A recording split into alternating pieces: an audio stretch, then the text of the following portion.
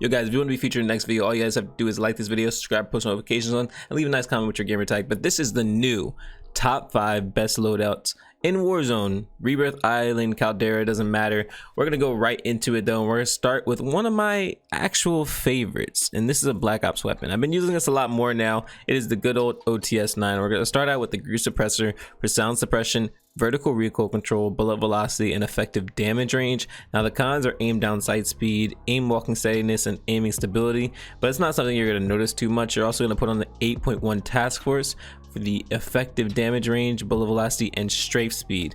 Now you once again get a slight reduction of vertical recoil and horizontal recoil control, but this already has extremely low recoil as it is, so this being reduced is not even something you're going to notice. We're going to move on to the Tiger Team Spotlight for movement speed and aim walking movement speed. Now the flashlight is going to be visible to the enemies, but do you really care if you're going to be rushing around the map, slide canceling on the enemies anyway, and just quickly taking them out? I don't think you will be. Now the reduction is also going to be an aiming stability reduction, but not something too noticeable. I don't think you're going to notice it in the first place. We're going to put on the KGB skeletal stock for ADS firing move speed, aim walking movement speed, and sprint to fire speed with a slight reduction of hip fire accuracy. But like I said before, this is an SMG. It already has pretty good hip fire accuracy, so I wouldn't worry about that in the first place. Last but not least, I put on the VDV 40 round fast mag. Now this just increases the ammo capacity and how fast you reload. You get a slight reduction of aim down sight time, but I don't think there's a better alternative in the slightest bit. Not 30, because you want to have plenty more bullets to actually take out multiple enemies. And then if you put on, say, the 40 round, then it already does reload pretty slow, so your best interest probably is the 40 round fast mag. Now we're gonna go right into the EM2. I am gonna ride for the EM2 until the wheels fall off, or until they nerf it, which I hope they never do.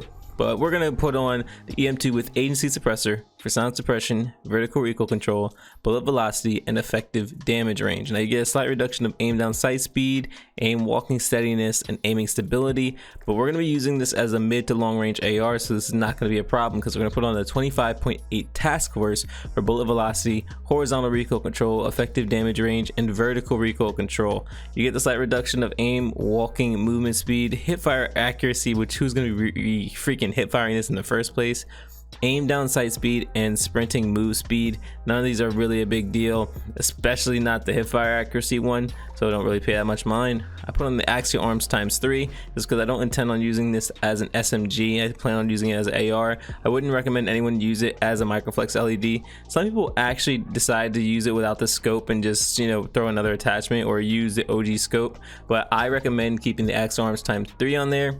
I use a Staynag 50 round, but there's nothing wrong with the 40 round if you want no cons whatsoever other than reload quickness.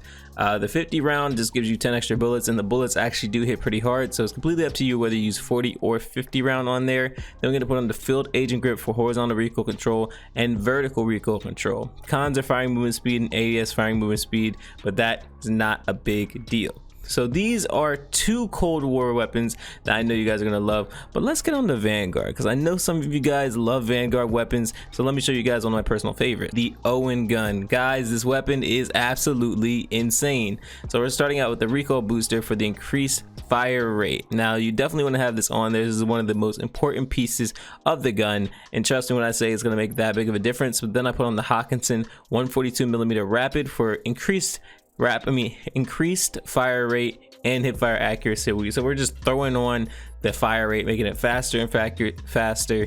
Accuracy goes down, the aim down sight speed goes down, sprint to fire speed goes down, damage goes down, but these things aren't even noticeable. We're gonna make this into one of the fastest TTK SMGs and one of the fastest SMGs in general. We're gonna put on a slate reflector, and this is completely up to you whether you decide to put it on, use the niter, use the reflector, or just use none in general, but this is just my preference. We're going to put on the remove stock for movement speed, aim down sight speed, sprint to fire speed, aim walking movement speed. We're gonna get a slight reduction of accuracy, recoil control, and aim walking steadiness, but this weapon already has extremely low recoil, so that's not honestly a big deal. We're gonna put on acrobatic for movement speed and sprinting move speed, and then we're gonna throw on quick for sprint speed.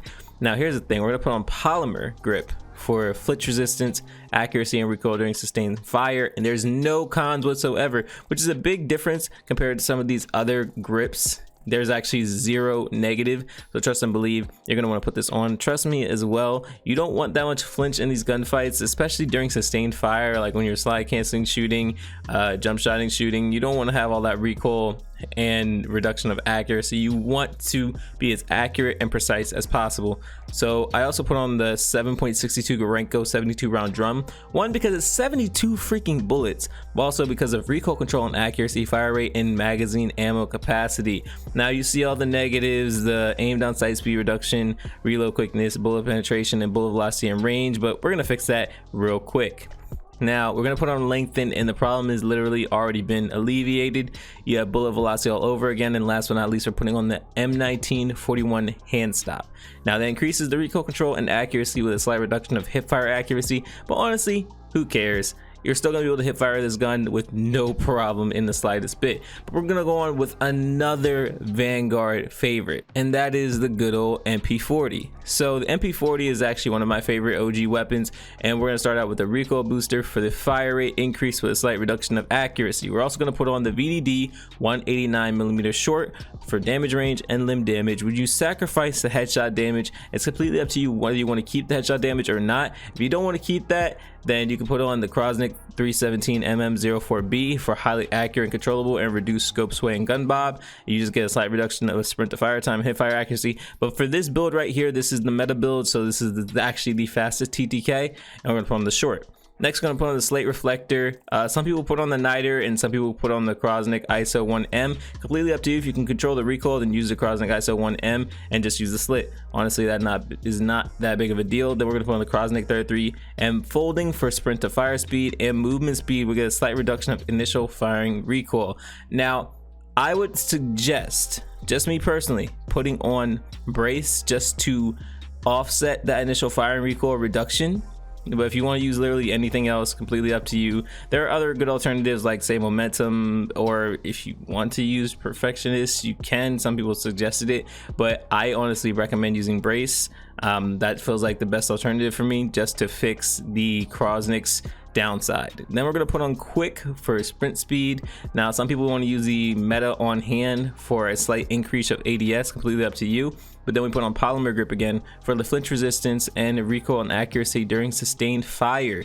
Trust me when I say this is one of the most important real grips to have on freaking Vanguard weapons, just because of how easy it is to actually win gunfights. It reduces the flinch and it reduces the recoil and freaking increases the accuracy during sustained fire. It's that big of a helpful perk, and trust me when I say you want to have it on there.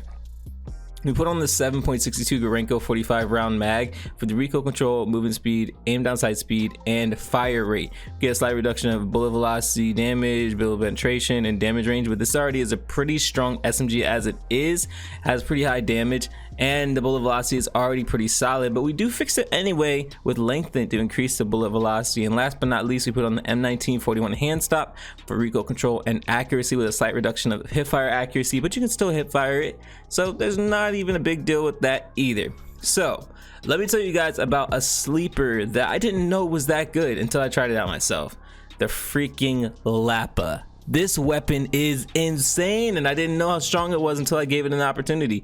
We're trying out the Lapa because this weapon actually has one of the highest CTKs for SMGs as well. So it's sound suppression, vertical recoil control, bullet velocity, and effective damage range. This is the agency suppressor, by the way. And the cons are the aim down sight speed, aim walking steadiness, and aiming stability. Trust me, you don't really want to use any of these other ones, not even sound suppression. You want to use the agency suppressor. It's the best one for this weapon right here. We're going to put on the 7.9 rifled for the damage and fire rate with a slight reduction of effective damage range and bullet velocity, but that's why we actually have the agency suppressor to compensate for that.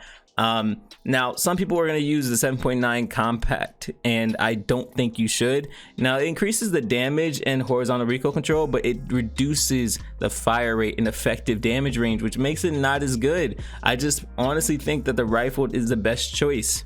Now we're gonna move on to the Microflex LED, completely your choice, whatever you decide to use. It's just my preference. And then I put on Bruiser Grip for movement speed and hipfire accuracy. Just keep it as SMG as possible. Now if you don't want to use the Bruiser Grip and you want to use the Tiger Team Spotlight, completely up to you. It also increases movement speed and aim walking movement speed, but that's entirely up to you. And the flashlight is going to be visible to enemies, and the aiming stability is going to be slightly reduced. Completely up to you, but your mobility is actually going to increase substantially. Completely up to you whether you decide to use the Bruiser Grip or the Tiger Team Grip, or use some sort of combo, whether you want to take off the Microflex LED and just straight up use the Iron Sight and put on the Tiger Team, whatever you want to do. And last but not least, I put on the 40 round instead of the standard 50 round. Some people are actually using the 50 round just to have more bullets to say maybe team wipe, which is actually very much possible with the 50 round. With a 40 round, it's more so like you may get 3 kills if you hit literally every single shot, which is unlikely. So I'm assuming you're probably gonna get at least 2 knocks and then gonna have to reload to finish the other 2 guys. With 50, I'm pretty confident you can take out every single enemy on the enemy team. And that's the build right here. So that is it for the top 5 loadouts. If you guys want to try them out, let me know which class setup you guys use in this video. I'll greatly appreciate it. You guys have been so awesome. Thank you so much for the love and support. And we're going to be streaming today at 9 p.m. Eastern Standard Time. So look forward to that. See you guys there.